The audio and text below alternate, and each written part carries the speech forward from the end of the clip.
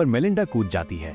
सारा उसे बचाने की कोशिश करती है, थोड़ा रुककर, पर ये तो बस एक बुरा सपना था। लेकिन तभी एक अलार्म की आवाज आती है। सारा मुड़कर देखती है तो डर जाती है। मेलिंडा का हार्ट मॉनिटर सीधी लाइन दिखा रहा है। डॉक्टर जांच करने के बाद कंफर्म करता है कि मेलिंडा अब जिंदा नहीं है और मौत का समय ठीक रात के 10 बजे का है।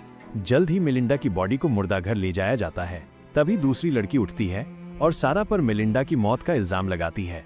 वो कहती है कि उसने सारा को पहले ही चेताया था कि मेलिंडा आत्महत्या करना चाहती है, लेकिन सारा ने उसकी बात को हल्के में लिया। सारा अवाक रह जाती है। तभी उसकी नजर अपने हाथ पर पड़ती है जहां 3 खरोंच के निशान थे। ये निशान बिल्कुल वैसे ही थे जैसे सपने में मेलिंडा ने उसे खरोंचा था। सारा के दिल में एक बुरी आहट होती है। शिफ्ट खत्म होने के बाद सारा थकी हारी अपने कमरे में लौटती है, लेकिन उसका घटिया पड़ोसी छिपकर उसका वीडियो बना रहा होता है। वो बेशर्मी से वीडियो डिलीट करने से मना कर देता है। सारा बेबस होकर अपने कमरे में रोने लगती है।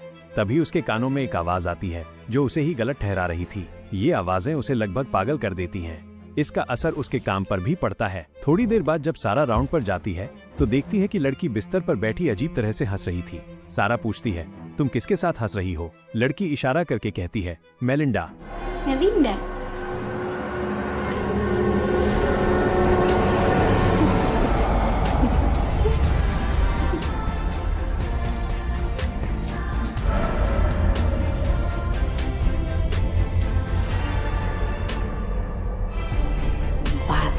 Tiga menit lagi dia akan memandu dosa-dosamu. Sebab dia yang memfitnah jiwa para pendosa.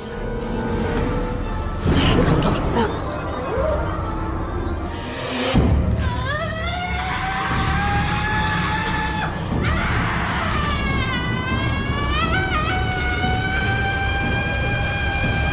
सारा को मेलिंडा का भूत दिखाई देता है। जब उसकी सहकर्मी उसे जगाती है तब उसे पता चलता है कि ये बस एक और वहम था। रात के 10 बज चुके हैं। सारा के कानों में फिर से रेडियो की आवाज आती है। होस्ट टास्टिंग कहता है कि उसका शो गुनहगारों के लिए है। वो सारा का नाम लेता है और कहता है कि अब वो सारा के गुनाह को खोजेगा और वो गुनाह है वासना। कहानी अतीत में जाती है जहां सारा के बॉयफ्रेंड ने उसके प्राइवेट वीडियो लीक कर दिए थे। टास्टिंग कहता है कि सारा ने वासना का गुनाह किया है और मरने के बाद वो नरक में जाएगी।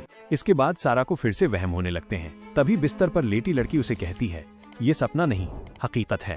तुम एक गुनहगार हो। Ini bukan mimpi, Fiska. Ini adalah kenyataan yang harus kamu hadapi. Kamu pendosa.